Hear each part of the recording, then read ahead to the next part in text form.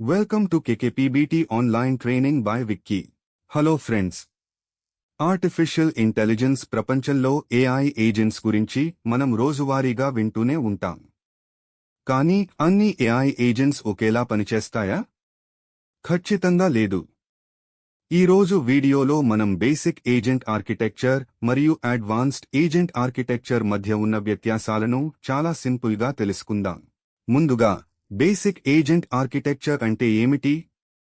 ఇది సాధారణంగా ఒక simple prompt and response pattern పై ఆధారపడి పనిచేస్తుంది. మీరు ఒక ప్రశ్న అడగ్గానే AI మోడల్ వెంటనే జవాబు ఇస్తుంది. ఇందులో కొద్దిపాటి షార్ట్ టర్మ్ కాంటెక్స్ట్ తప్ప పెద్దగా జ్ఞాపకశక్తి లేదా ప్లానింగ్ ఉండవు.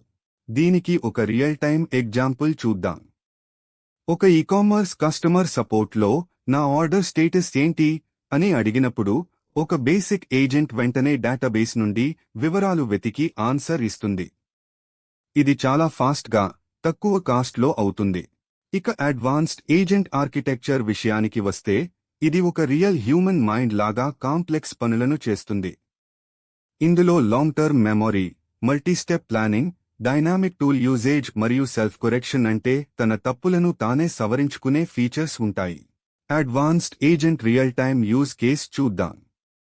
ఒకవేళ ఒక కస్టమర్ క్లిష్టమైన రీఫండ్ రిక్వెస్ట్ చేసినప్పుడు advanced agent company policy documents చదువుతుంది, కస్టమర్ హిస్టరీని ఎనలైజ్ చేస్తుంది, డైనామిక్గా నిర్ణయం తీసుకుని వివిధ సిస్టమ్స్ ద్వారా రీఫండ్ ప్రాసెస్ చేస్తుంది. అంతేకాదు, అడ్వాన్స్డ్ ఆర్కిటెక్చర్లో మల్టీ ఏజెంట్ కొలాబొరేషన్ కూడా ఉంటుంది. అంటే ఒక పెద్ద ప్రాజెక్ట్ వస్తే దాన్ని చిన్న పనులుగా విభజించి రకరకాల సబ్ ఏజెంట్స్ ద్వారా మానవ ప్రమేయం లేకుండా ఎండ్ టు ఎండ్ వర్క్ పూర్తి చేయగలదు.